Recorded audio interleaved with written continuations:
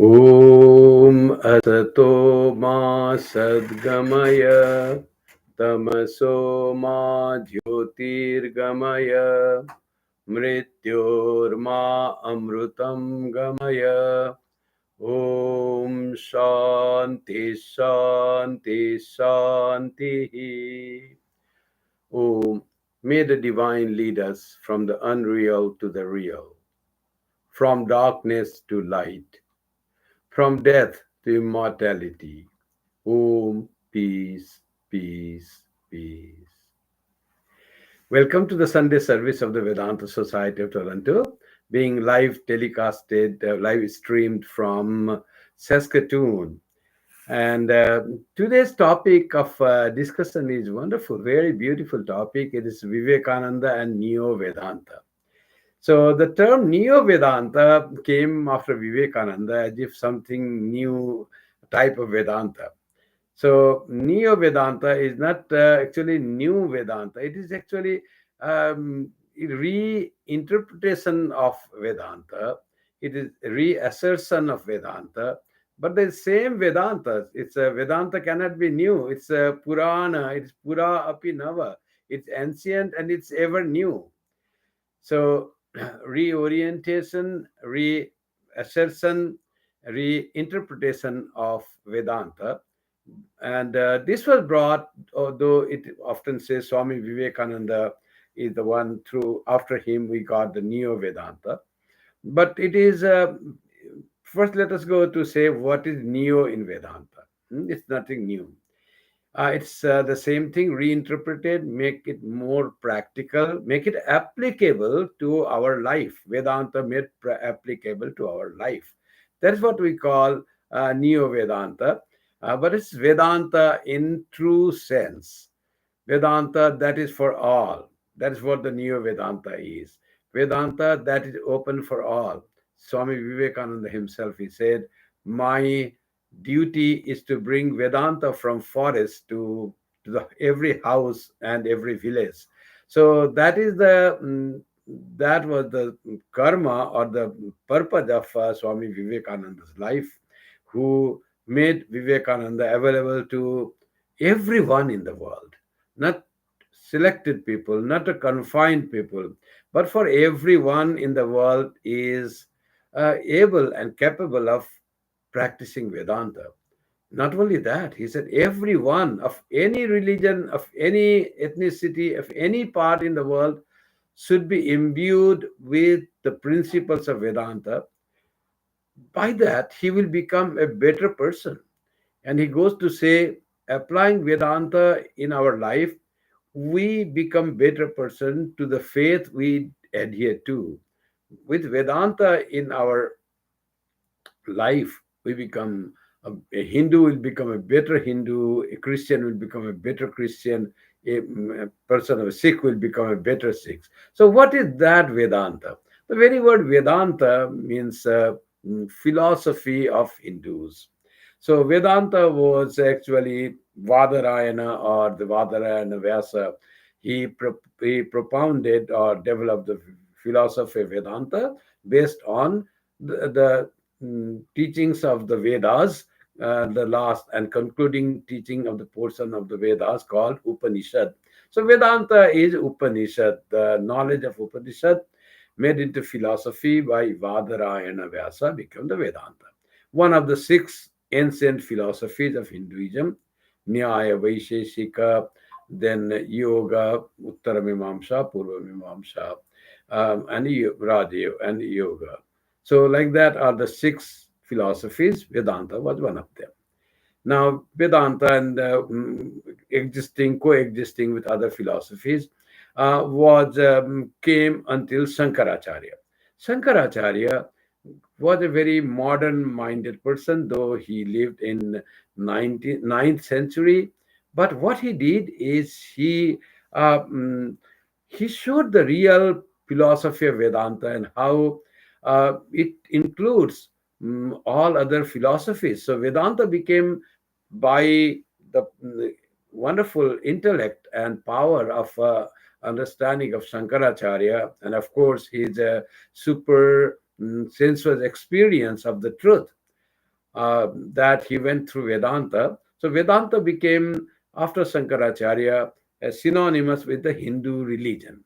So different religion, all different faiths, as if they contributed to the theory of Vedanta. And later on, Ramanuja and Madhva, all they added to the philosophy of Vedanta. Shankaracharya's Vedanta is strictly called Advaita Vedanta, and other philosophers, great philosophers, they propose a little deviation from Advaita Vedanta called Dvaita Vedanta or Vishishtadvaita Vedanta. All they become Vedanta, no doubt. And they added to the power, glory, and its power to disseminate or spread the power of Vedanta to people of different needs. So Vedanta ultimately becomes synonymous with Hinduism. So that is what the Vedanta had become from Shankaracharya. Then Vedanta came like that. Shankaracharya established temples. He included worship of deities, though he was Advaita Vedantist, but his Advaita Vedanta included all Dvaita and Vishishta Advaita all in the Advaita. Advaita, he said, is the highest, no doubt, but he didn't exclude the worship of deities. That's what Dvaita Vedanta do. He revived the temples, he revived the worship, he revived the very foundation of Hinduism, which was like degenerate and forgotten by the growth and spread of Buddhism. Buddhism, though offshoot of Hinduism, but it tried to explain the truth in a little different way, little in a diverted and distracted philosophy from Vedas. Buddha didn't accept the Vedas. Whereas Vedanta says that there is a reality of the soul uh, that lives in this world, which is ever changing and transient world, and the soul is only that is ever permanent. Buddhists said that this changing world and the suffering in this changing world is real. Buddha said the suffering is real, he said, and the soul is unreal. Soul is unreal. What you think yourself to be is not real. It is just like a fantasy. It's just like a circle of one torch whirled around, feels like a circle of fire. He took that from Vedantic example and said, like that, there's no circle of fire. It's change of place of a torch. It looks like. So circle of fire is not a reality. So he denied not only the circle of fire, he denied even the torch. So that's what the Buddhist Buddha tried to explain about the relationship between ourselves and this universe. And he said, suffering is because you don't understand the changing nature. Suffering is real. Try to understand that there is no self that really suffers. Go deep into away from this suffering, and you can get rid of suffering. So live in a nice way, do life, nice lifestyle, do think good, and practice meditation, and be kind to all. So that was Buddha's teaching for living in the world with peace and getting rid of suffering that we experience in the world. Whereas Vedanta of Sankara or of Swami Vivekananda will come later, he said the self or the reality is beyond all suffering. Suffering belongs to this body and mind, which is a part of nature. It is not we. Don't identify yourself with the body, but identify yourself with your true reality, which is encapsulated within your being that you think that you are the body. In you is the reality ever shining, never changing, ever blissful, untouched by suffering, untouched by any change of the body, untouched by even death. Death also cannot touch you, the real person. And that he called, of course, from the Vedas and Upanishads, called that is the Atman. He brought that from the philosophy of the Upanishad, that Atman cannot be touched by death or old age or disease or any change. It is never changing. The shift your identity from the changing nature that you think you are, this body and mind, to your true self, that is your reality. And this change of identity from the body and mind to your true self is practical and possible. That Shankara said. Now, to whom it is possible? He said to very select people, very intellectually very sharp, and those who have studied the basics of Vedanta philosophy and worked very hard. For them, it is possible for a select people, but it is possible for human being. That's what he said. For certain kind of people who live that type of life, practice from their young age to understand the reality of the self, and that is possible for them. Now, this idea was coming through the Vedanta explained in various ways as Advaita, Vishishta Advaita, Advaita, it was coming. Now comes Sri Ramakrishna in 19th century, a spiritual entity with very unique philosophy, unique experience of reality through all the religious and spiritual paths prevalent during his time.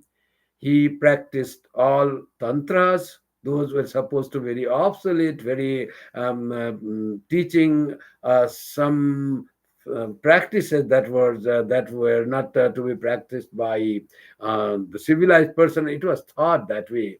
He practiced all those, and he practiced also Vaishnava philosophy. He practiced the Dasya philosophy of Hanuman. He practiced Madhura Bhava of Radha. He practiced all different ways of religion that is expressed and experienced truth by different religions.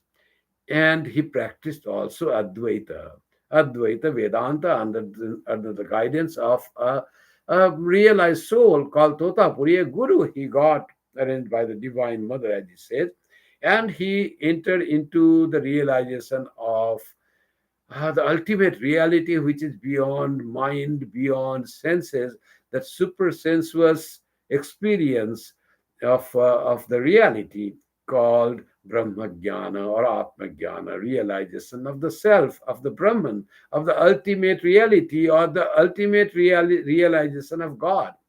Sri Ramakrishna had it. He was not even contented with realizing the ultimate truth through various paths of Hinduism. He also had the realization of how Christians worship, how Muslims worship God. And he, after all this experiment and experience, he said, Joto mot toto pot. All these different paths of religion that you find fighting and you find quarreling, you find contradicting each other, that is because of your ignorance. They are the paths leading to the same goal. They are the just path to reach, and they are just moth, which are different path to realize ultimate experience what they prescribe. So they are not contradictory. They are all complementary. They are different paths meant for different group of people in different times, in different geographical areas. So they all are valid path to realize God. That's Sri Ramakrishna explained that. And that became the Vedanta. He one who experienced God of the highest pinnacle of God's experience by practicing Advaita, saying that became like the source or the seed of Neo Vedanta. This Neo Vedanta, he said, Sri Ramakrishna said, it's not only realization of God, it should be made practical to live in the world and helpful for other persons. So you experience that reality and you are in bliss. Won't you like to share that reality? Won't you like to share the path, how to reach to that reality to human beings, your own fellow brethren, human beings? So if you do not do that, you are not complete life. So he said, after realization, one must try to share this your experience and try to help the people who want to realize that bliss of God. And for that, he said, Shiva Jnane Jiva Seva. You should serve your fellow human beings knowing them to be veritable manifestation of Shiva or God. God is manifested in all throughout the world in different human beings. So serve them, worship them, serve them. How to serve them? You can serve them by trying to make their life better by whatever means, by helping them financially, guiding them to how to live a better life, by giving them the skill to make their intellectual level better, and also by giving them spiritual knowledge of the philosophy, giving them the knowledge or an idea of the Atman or the self or the reality in them. All that comes in the domain of service. So that Sri Ramakrishna said one day. And who was there listening? Among the group of devotees, there was Swami Vivekananda. He heard this and he said, "What a wonderful thing I heard this from Sri Ramakrishna, marvel of teachers, highest of teachers." That's why he said, Acharyana Mahacharyo. He is the greatest teacher among the teachers of the world, among the spiritual teachers of the world. And that greatest teacher of mankind, one of the greatest teachers of mankind, Sri Ramakrishna, this reference to Shiva Jnane Jiva Seva, or serving human beings, knowing them to be very veritable manifestation of God, was a great revelation to Swami Vivekananda. This was the seed of Neo Vedanta. Neo Vedanta. On that foundation, Swami Vivekananda built built the superstructure, huge building of Neo Vedanta or practical Vedanta. So, as I said in the beginning, Neo Vedanta is not something new Vedanta. It is reinterpretation, reorientation, revitalization, and redistribution of the knowledge of same old ancient Vedanta, which has its roots in Upanishads. No change in the philosophy of the Upanishad, but making that available to everyone. So that was Swami Vivekananda's contribution, greatest contribution, and that's what we think Vedanta, Neo Vedanta. Very term is Neo, is many people will not like the Neo Vedanta. It is Vedanta in true sense. Swami Vivekananda presented before the world. Why do we call Neo Vedanta? It's the true Vedanta that Swamiji presented to the world. That Vedanta is for all. What was Swamiji's contribution to Vedanta and what is Neo Vedanta? The it depends on it establishes itself on some postulation, some not postulation, some points. One of the point of this Neo Vedanta is each soul, the principle of the divinity, potential divinity of of the soul. We are all soul. We know we are soul or spirit. That is our real nature, and that soul is not something impure, not something that is full of sin, and that sin can be removed by the grace of God, but by its very nature, by its intrinsic quality, soul is divine, pure, and it is one with God. That's what it said. It's potentially divine. So, what is another thing it said that after saying that, the second point of what you call Neo Vedanta or Swamiji Vedanta or practical Vedanta, you can say, the Vedanta interpreted by Swamiji, is that the real goal is Atma Sakshatkara or Ishvara Darsana. ভগবান লাভই মনুষ্য জীবনের উদ্দেশ্য. Sri Ramakrishna said in Bengali. Translated, realization of God is the goal of human life. That's what is sakshatkara, or the realization of super sensuous experience of your true self is possible for every human being. That is what the second thing, that we all can realize God. It is not meant for few people. It is for all, every human being belonging to any religion, living in any part of the world, belonging to any gender, can realize God as immanent and living in the soul of his souls, a soul of his soul. So that's how God realization can happen, says Neo Vedanta. It's the goal is Sakshatkara, and it is possible to have that Sakshatkara.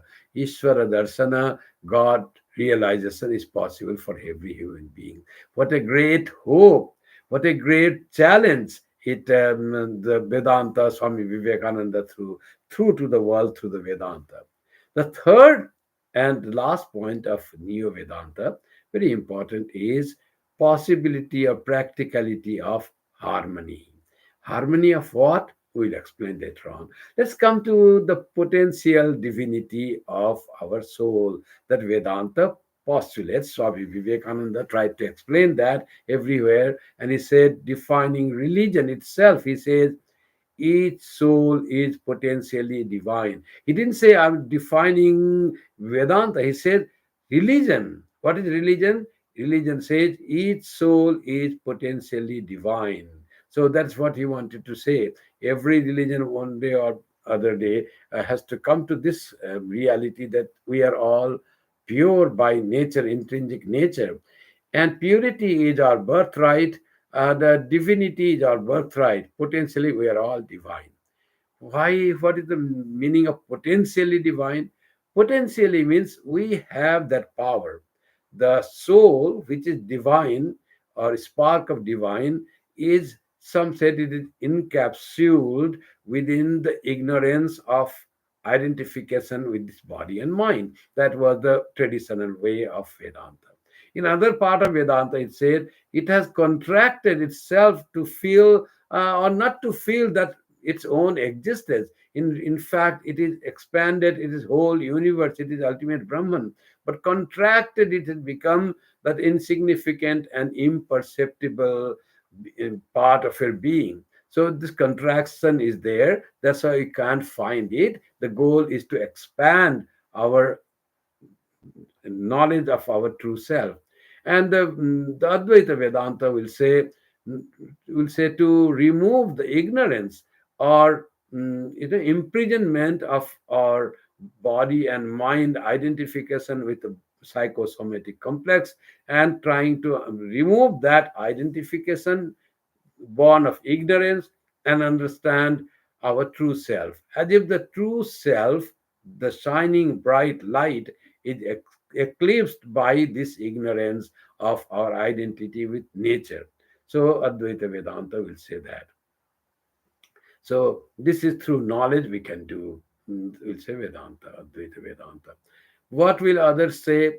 Others, actually, Semitic religions are like Judeo-Christian practices and Islamic practices. We say that man is a sinner born of the sin that Adam got by not obeying to the teachings of God, and that sin that Adam created or Adam had to bear came to his offsprings, and we all are born sinners.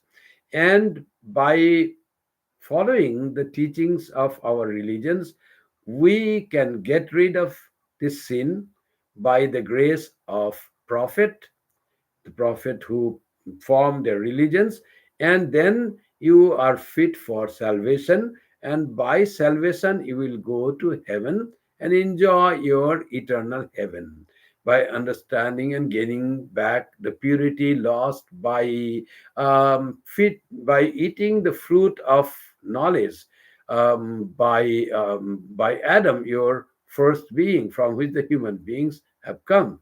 From Adam, the human being, that's why they are called Admi. In Hindi and Urdu, human beings called Admi, the offsprings of Adam or Adam.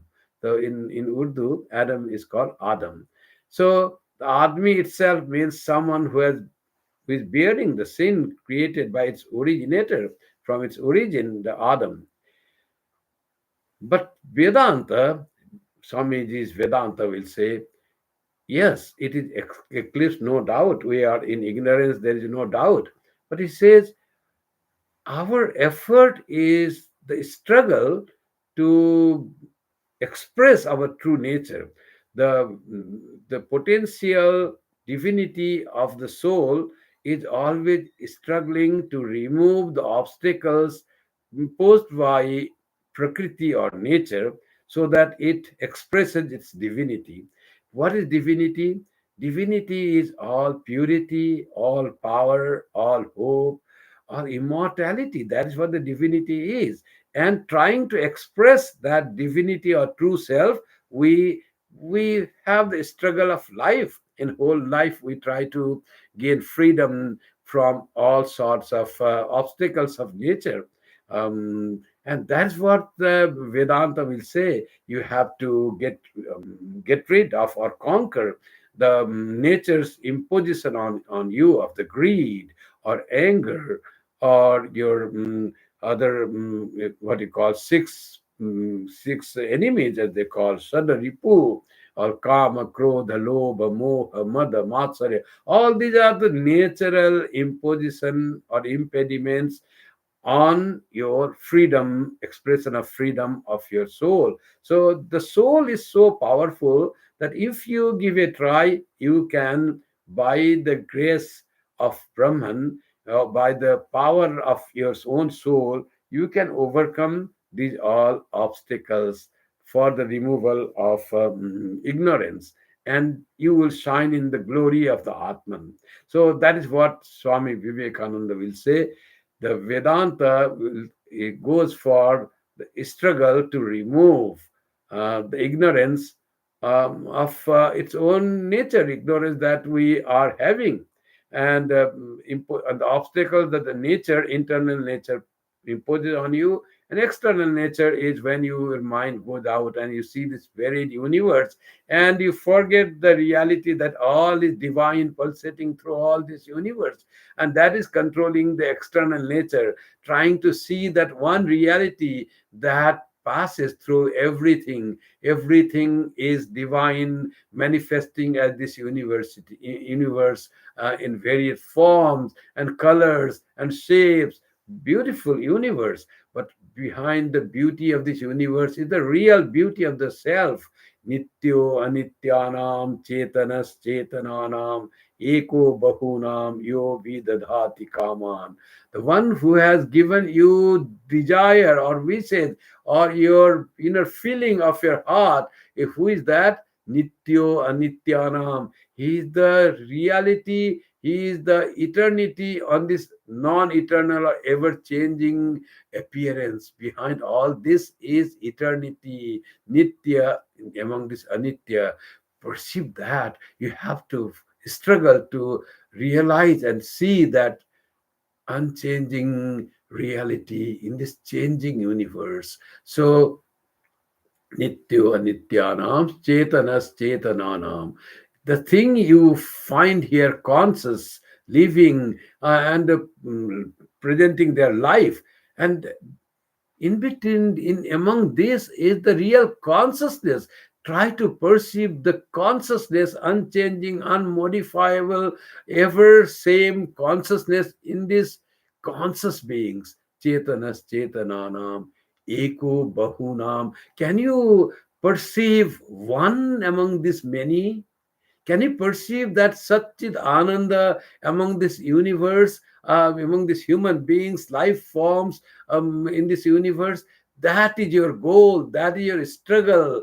Vedanta, particularly practical Vedanta, Swami Vivekananda says, yes, you can. The power of soul is much more greater than this hiding power of Prakriti or nature, this power of ignorance is no doubt it is a great power that deludes us, but power of knowledge, power of soul is much more potential. In front of it, this power of jada or material cannot exist. It will just be blown to wind, and you can perceive that unity. Give a push, try for that, and you can find the one immortal being that as the basis of this mortal world. This world is mortal, it is ever changing, and it is dead. There is one life as the basis of this universe which will die, which will be destroyed, and that one life never ceases to live, it ever living, and that is called Brahman. Seek that, that art thou. Vivekananda says that thou art. It is from the Upanishad he brought that the all power is within you. The soul is most powerful. You can achieve anything and everything. Give a push, try hard. The nature will reveal what you want to get. It's just hiding. When you say, I want to know this, I want to get this, I want to realize my true nature, you cannot anymore hide it from me. When the soul goes and tries to reveal itself, the beauty of the soul, which is the basis of the beauty of this universe we call the supreme beauty of the soul, has to be revealed. It is revealed if you try and be firm to reveal your own soul for yourself. That's what Swami Vivekananda brought this idea of Vedanta, called Neo Vedanta or practical Vedanta.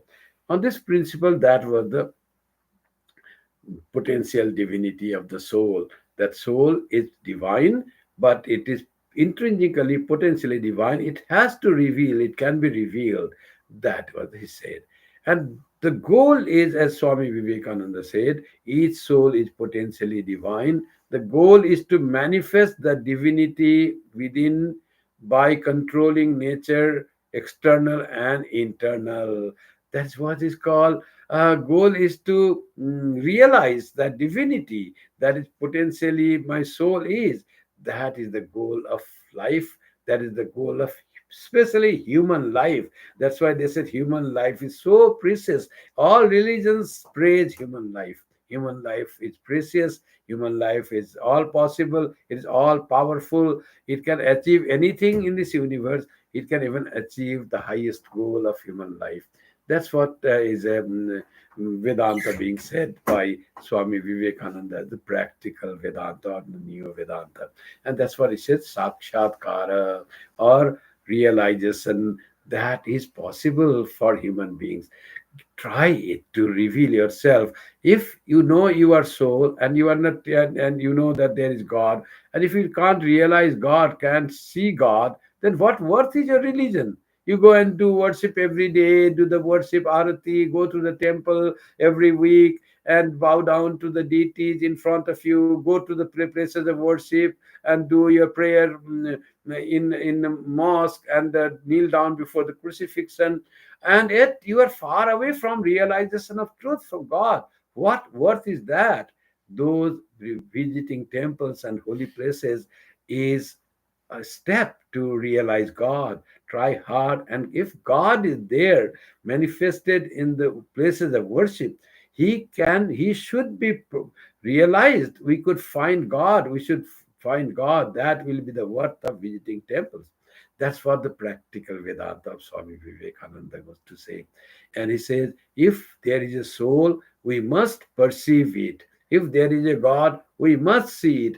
And it's not that that is the as if it is very impossible for some people only can see, like like only mystics or saints, mystical saints could realize that God is there, that perfect realization. And all other people, they have to have just faith in what the message of their mystical forefathers gave, that God is there. But you follow the teachings of Jesus and believe in heaven and hell and the angels and wait for the salvation, and then only you will realize God after how many years of your death.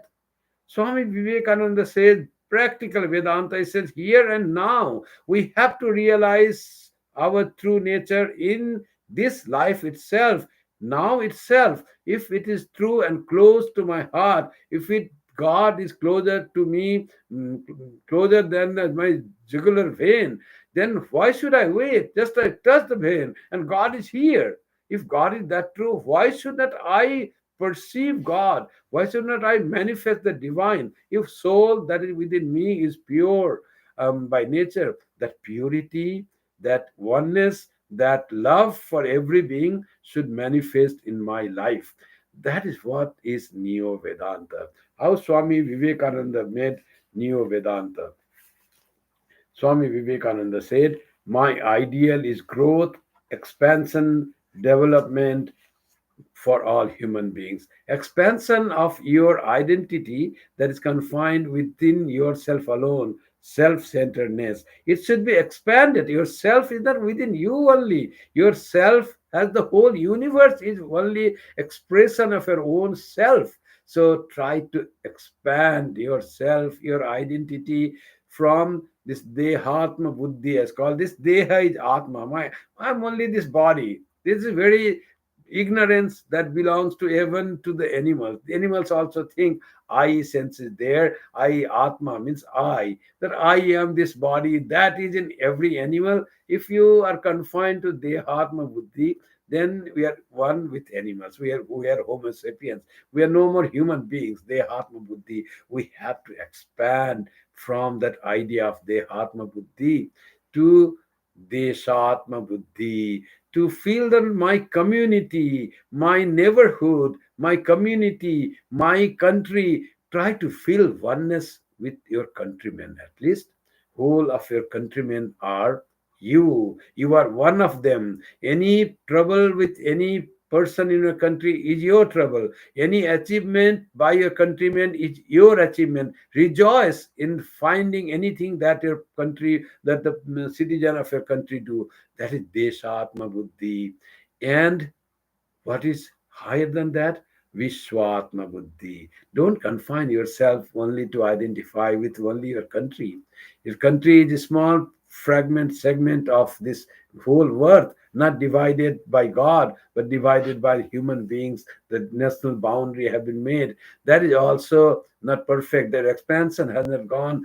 Then gone Vishwatma Buddhi. Try to identify yourself with whole humanity and rejoice with the success of humanity, suffer with the suffering of the humanity, feel pain of others anywhere in the world, and have joy in the all goodness of pray for others, of to others, not only to for yourself and your family. Don't pray like that someone prayed, Lord, please save me and my wife, save my son and his wife. Mm, we us and we four, save us four and no more.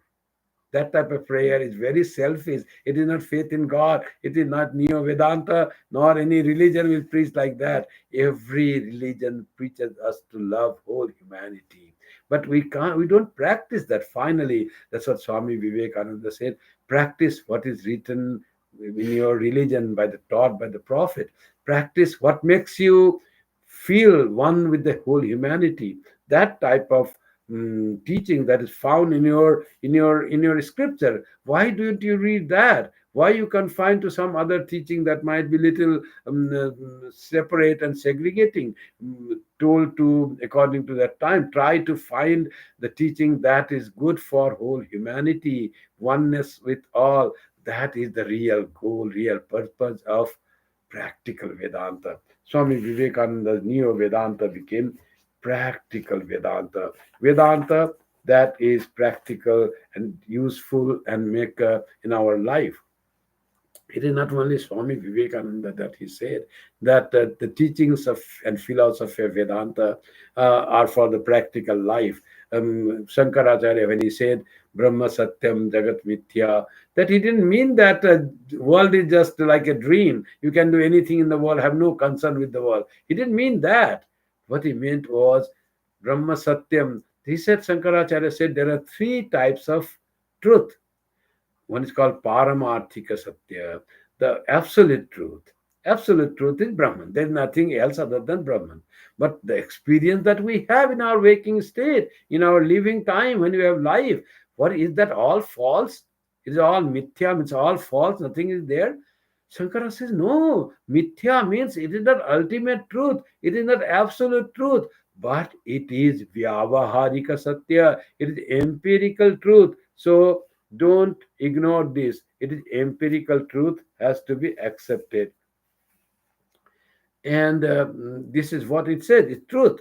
And all other is called pratibhashika satya, the truth that is perceptible truth during dream. That is pratibhashika satya. When you are in dream, you feel it is a true, but it is not real true. So it is for the very short time till you are dreaming. After your dream breaks for after few half an hour or few hours, then it is not there. All is the conjecture of your mind. All your mind made that. So it is not really true at all. But he said that also, he said pratibhashika satya. Why he said that pratibhashika satya, or the truth that is supposed to be like a felt experience truth? Why he said that? Because till we are in that, it is there, though there is nothing is there. But till you are in that, you feel it is true. So, three kinds of truth, Shankaracharya himself said. When we are in the human body and we are living, we understand this empirical truth, this Vyavaharika Satya. This will lead us to Paramarthika Satya. This is the stepping stone for our spiritual practice to reach the ultimate truth or supreme truth. So, the steps that Swami Vivekananda said, that is very important. The doctrine of potential divinity of man is a reinstatement of Upanishadic doctrine of integral relationship of soul with Brahman. That's what Aham Brahmasmi. That's what is what Upanishad says. That's what practical Vedanta Swamiji brought out. And he said, new religion is the manifestation of the potential divinity in man, a new ideal for the nation.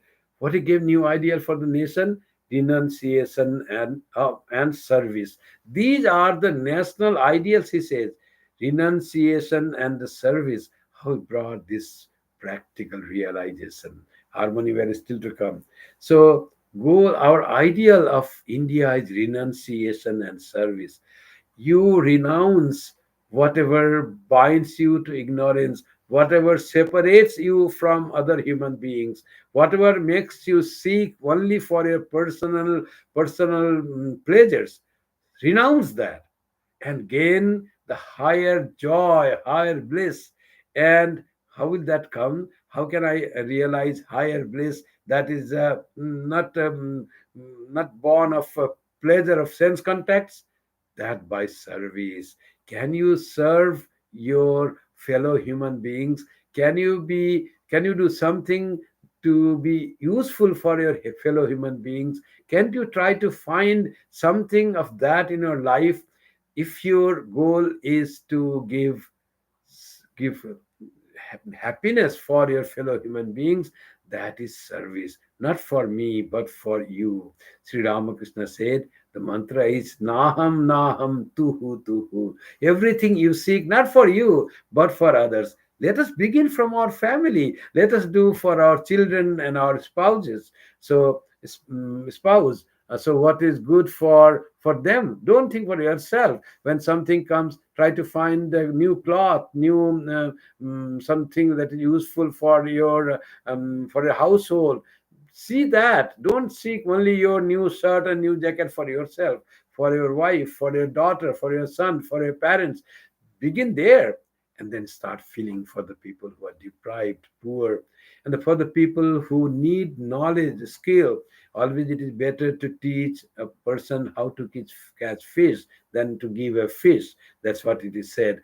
That's how you empower people with the knowledge, and still you can serve. The renunciation and service, how to become spiritually inclined, how to understand your own true nature, how to purify your heart, how to find the grace of God that we are all imbued, how to realize the grace that flows always, how to unfurl the sail and catch the breeze of grace that God is always giving. All this is the service to mankind. Swami Vivekananda said, wonderful philosophy of work he gave, what Sri Ramakrishna taught as Shiva Jnane Jiva Seva, serving human beings, looking them upon as veritable God. Swami Vivekananda said, renunciation and service are the national identity, national motto, national ideal, and intensified in those channels, nation will progress, humanity will progress. You will be able to serve the whole humanity when you infuse yourself with the ideas of renunciation and service, that you live as the real human beings. So that is what Swami Vivekananda tried to show. So this is what the practical Vedanta that Swami Vivekananda brought and mm, gave to human beings. Now, how to bring that? Swamiji gave this practical Vedanta. Another thing he says, we have no conflict with science and religion. That he said as the third point of Neo Vedanta is the possibility, practicality of harmony. Harmony between what? Harmony not only between different religions and different faiths, harmony between different ideas, harmony between different nations, harmony between different genders, harmony between different nations. All we can live in harmony in this world. This very small global village now the world has become. We should try to live in harmony. Now we find so many things of conflict when we say about the war and the battle. We all feel so much pain that why there is people are killing people like that. So this should give us a little thinking. Why still we fight? Why there is no harmony? So we have not yet raised to the level that Swami Vivekananda want to reach, when human beings with no conflict with another person, because no one wants to dominate others. We are all feel friendly in all over the world. We don't want to impede something of others, and live in peace in our own place and let others live. Live and let live. Geo or Ginedo. That is our principle. So for that, in the harmony of between science and religion, for Vedanta, there is no conflict in science and religion. The scientific truths that it can be achieved through, it should be practical, and the truth should be practical, and it should be affirmable. That inference should be there. If you have found the truth, anybody going through that experiment should find the same truth. So that's what Vedanta says. If you practice this way and try to reach the truth, you will find the truth of spirituality that I have found. It's so democratic, so scientific, and the scientific idea of like evolution, the natural selection and evolution, biological evolution. Vedanta says, oh, that is the cyclic process that goes on. So it has no problem with the cyclic process. They think that nature is that, it manifests and then it again dissolves and is absorbed, again manifesting cyclic process. Nature is revealed and it is the dissolution of nature goes on eternally. That's what the Vedanta says. This empirical world is that way. Ultimate, that supreme reality or paramarthika satya or absolute truth remains same, but empirical truth appears, disappears. Just these changes come. What is disappearing we call as destruction, appearing we call as creation. So that both goes on. It's not the thing. So we should try to live in harmony with the practical Vedanta is there for everyone to see. So for this, we need education. Swamiji said, how will you understand? How will we like to live in peace and harmony with each other? So education is needed. Broadness of mind is needed. Giving the opportunity to our fellow brethren what we have, what is needed for them is needed. Not that one race is driven out from one place and has no place to live. No, this world is for all of us. One God has created this whole universe. That God who is called by different name. You call it Allah, call it Brahman, call it Krishna, call it Father in heaven, call it Jehovah, call it Ek Onkar, whatever you call it, God is one. When we all are children of God in this world, when God has created us and has given us this world, we have place for all. Should have the place to live, and we should have a place to live in harmony with all. So that should be the goal of human life.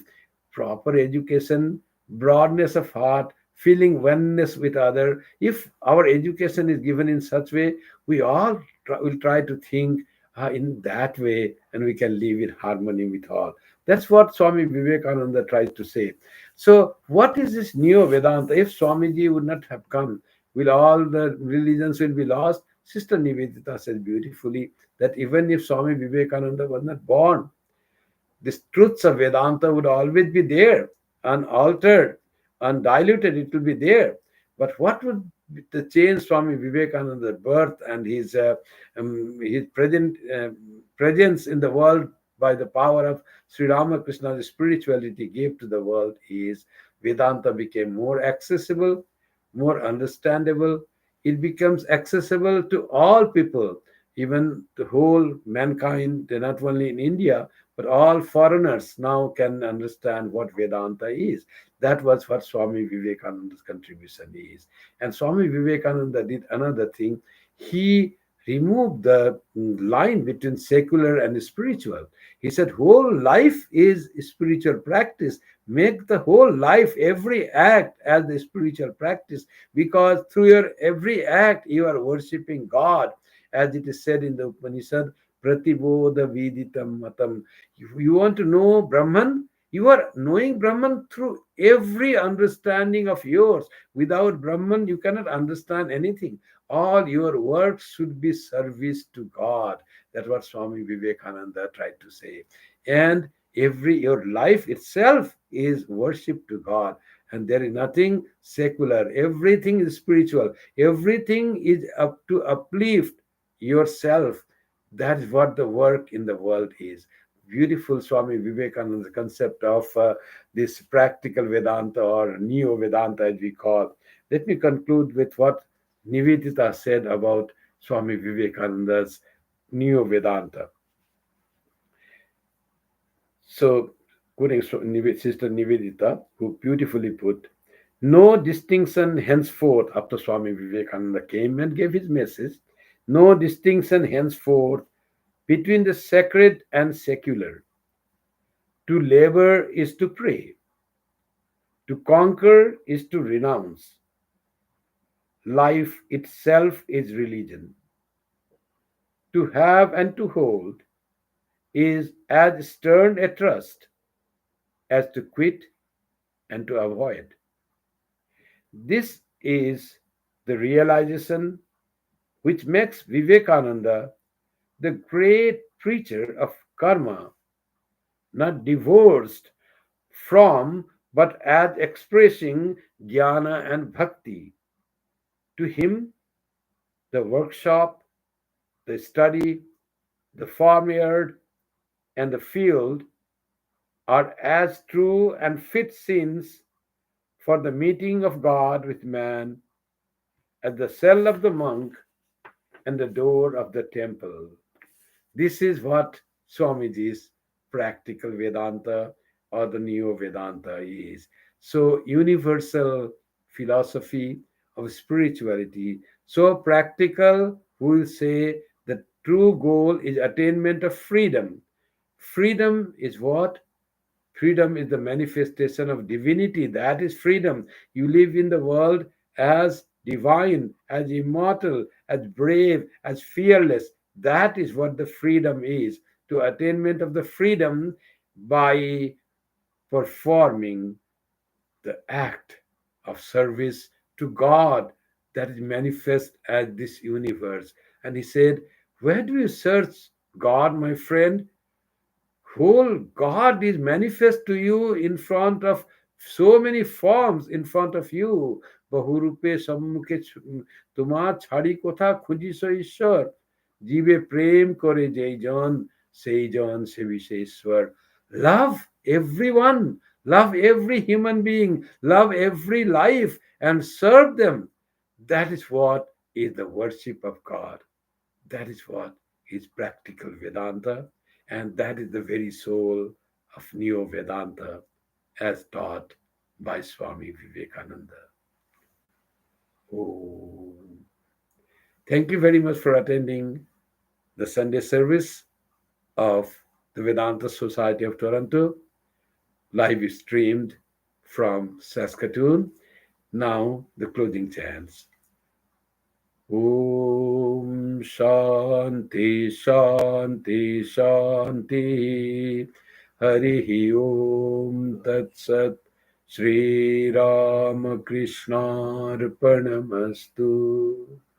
जय श्री गुरु महाराज जी की जय, जय महामाई की जय, जय स्वामी जी महाराज जी की जय, जय गंगा माई की जय, जय भगवान बुद्ध की जय, जय ईशा मूषा की जय, सर्वस्तरतु दुर्गानि सर्वो भद्राणि पश्यतु, सर्वसद्बुद्धिमाप्नोतु, सर्वत्र नन्दतु. Hari Om Tat Sat. May all be freed from dangers. May all realize what is good. May all be actuated by noble thoughts. May all rejoice everywhere. Oh, peace, peace, peace be unto us all.